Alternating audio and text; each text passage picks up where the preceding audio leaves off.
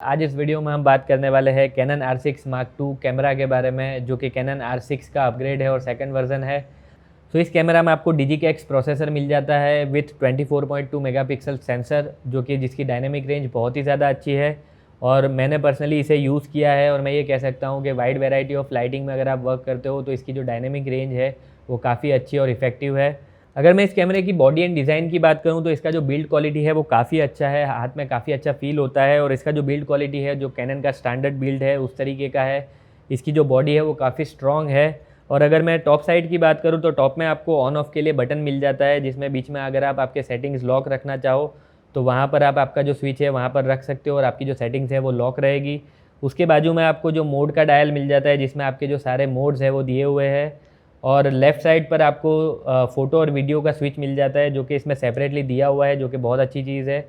और इसमें ऊपर की तरफ जो हॉट शू दिया हुआ है वो मल्टी फंक्शन हॉट शू है। अगर कैनन की तरफ से आने वाले जो माइक्स है वो अगर आप इसमें अटैच करते हो तो डायरेक्टली विदाउट एनी वायर आप उस माइक्स को कनेक्ट कर सकते हो। और काफ़ी सारे इसमें और भी फंक्शंस है, जैसे कि फ्लैश है और काफ़ी सारी कैनन की तरफ से आने वाली एक्सेसरीज़ है जो आप इस मल्टी फंक्शन हॉट शू में लगा करके यूज़ कर सकते हो। अगर मैं साइड की बात करूं तो साइड पर आपको HDMI पोर्ट मिल जाता है, जो कि माइक्रो HDMI है। और आपको C टाइप का पोर्ट मिल जाता है, जो कि इवन आपका जो चार्जिंग है उसमें पावर डिलीवरी बेस आपको चार्जिंग में भी हेल्पफुल रहता है। और आपको माइक इनपुट का पोर्ट मिल जाता है और आपको हेडफोन जैक का भी पोर्ट मिल जाता है। और यहाँ पर आपको रिमोट कंट्रोल का पोर्ट मिल जाता है। और अगर आगे की साइड की मैं बात करूँ तो यहाँ पर आपको एक एडिशनल बटन मिलता है, जो कि depth of field preview button है। और इसे इवन आप कस्टमाइज़ भी कर सकते हो अगर आप किसी और सेटिंग के ऊपर इस बटन को रखना चाहते हो तो।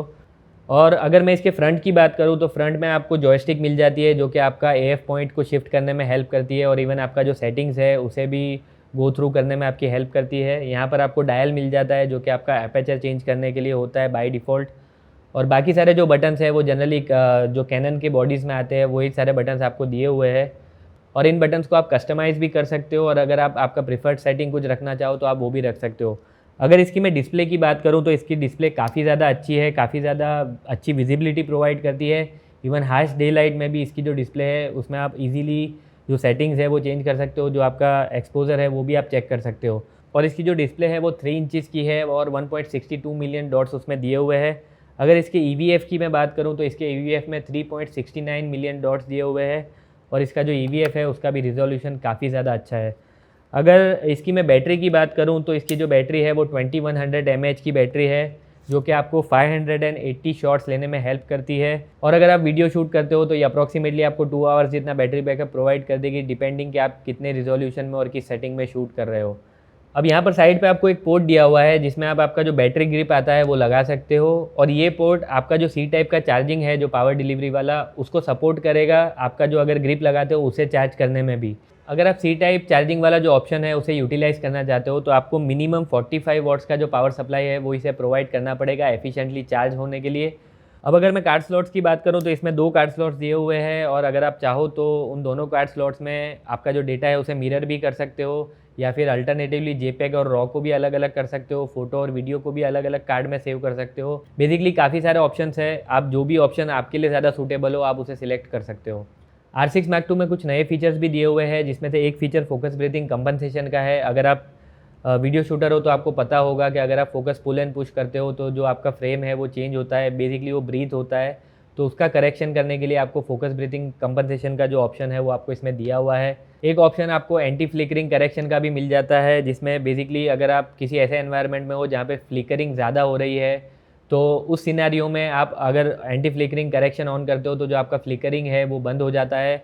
अगर आप चाहो तो इसमें भी आपको ऑटो का भी ऑप्शन मिल जाता है और अगर आप चाहो तो मैन्युअली भी आपका जो सेटिंग है उसे आप डायल कर सकते हो।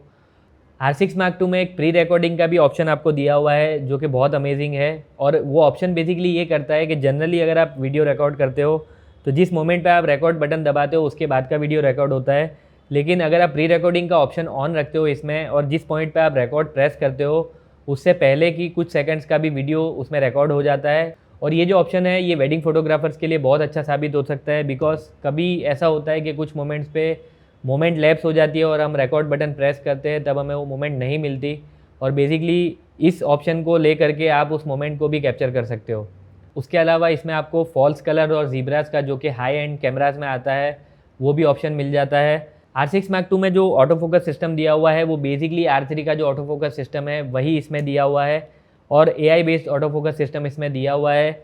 मेरे पर्सनल यूज़ में इसका जो ऑटो फोकस है वो मुझे कहीं भी लिमिटेशन वाला हो वैसा नहीं फील हुआ।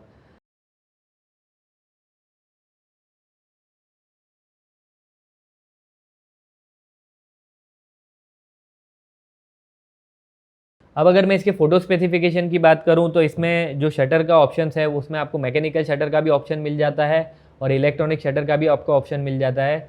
जो मैकेनिकल शटर का ऑप्शन है उसमें आपको 12 फ्रेम पर सेकंड तक का स्पीड मिल जाता है विथ 14 बिट रॉ, और जो इलेक्ट्रॉनिक शटर वाला ऑप्शन है उसमें आपको 40 FPS तक का मैक्सिमम स्पीड मिल जाता है विथ 12 बिट रॉ, और जो मैक्सिमम रिजोल्यूशन है फ़ोटो का वो 6000 बाई 4000 पिक्सल्स का इसमें आपको मिल जाएगा। अगर मैं वीडियो स्पेसिफिकेशन की बात करूं तो 4K में आप इसमें 60 FPS तक शूट कर सकते हो और 1080p में आप 180 FPS तक का इसमें शूट कर सकते हो। जितने भी इसमें रिजोल्यूशन है अलग अलग, चाहे वो 4K हो या 1080p हो, सारे रिजोल्यूशन में किसी भी तरीके का क्रॉप आपको नहीं मिलेगा। डायरेक्ट आप फुल फ्रेम 4K भी इसमें 60 FPS पर शूट कर सकते हो, और चाहे आप 4K शूट कर रहे हो या 1080p शूट कर रहे हो, दोनों में आपको 6K से डाउन सैम्पल इमेज मिल जाती है, जो कि बहुत अच्छी चीज़ है। अब 180 FPS जो है वो अगर आप NTSC में शूट करते हो तब आपको मिलता है। अगर आप इंडिया में हो और अगर आप पाल सिस्टम पे शूट कर रहे हो तो आपको 150 FPS तक का मैक्सिमम फ्रेम रेट इसमें मिल जाता है।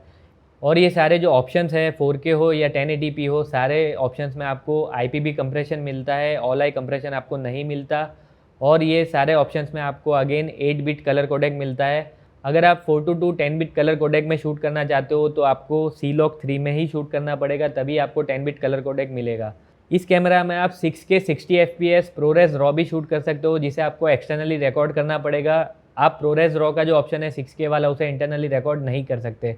इस कैमरा में आपको मैकेनिकल IBIS मतलब कि इनबिल्ट इमेज स्टेबलाइजेशन दिया हुआ है, और उसके ऊपर अगर आप उसे और ज़्यादा स्टेबलाइज करना चाहते हो तो डिजिटल इमेज स्टेबलाइजेशन का भी ऑप्शन आपको इसमें मिल जाता है। अब ये जो डिजिटल स्टेबलाइजेशन का ऑप्शन है इसमें 2 स्टेप पे आपको जो स्टेबलाइजेशन है वो मिलता है, जिसमें अगर आप पहला स्टेप सिलेक्ट करते हो तो 1.1 से 1.2 जितना क्रॉप आपको देखने को मिल सकता है, और अगर आप जो सेटिंग है उसे मैक्सिमाइज़ कर देते हो तो अप्रॉक्स 1.5 टाइम्स जितना आपको क्रॉप देखने को मिल सकता है। इस कैमरा में जो ISO रेंज है वो 100 से लेके 1,24,00,000 तक की दी गई है, और मेरे हिसाब से 12,800 तक की अगर आप रेंज यूज़ करते हो तो वो यूजेबल है, और 12,800 तक का ISO अगर आप यूज़ करते हो तो जो नॉइज़ है वो बिल्कुल ना के बराबर देखने को मिलेगा। So that's all for this video. अगर आपको ये वीडियो पसंद आया है तो इस वीडियो को लाइक कीजिए। अगर आपके माइंड में कोई क्वेश्चन है तो आप नीचे कमेंट बॉक्स में मुझसे पूछ सकते हो। वीडियो को देखने के लिए thank you so much. Have a good day.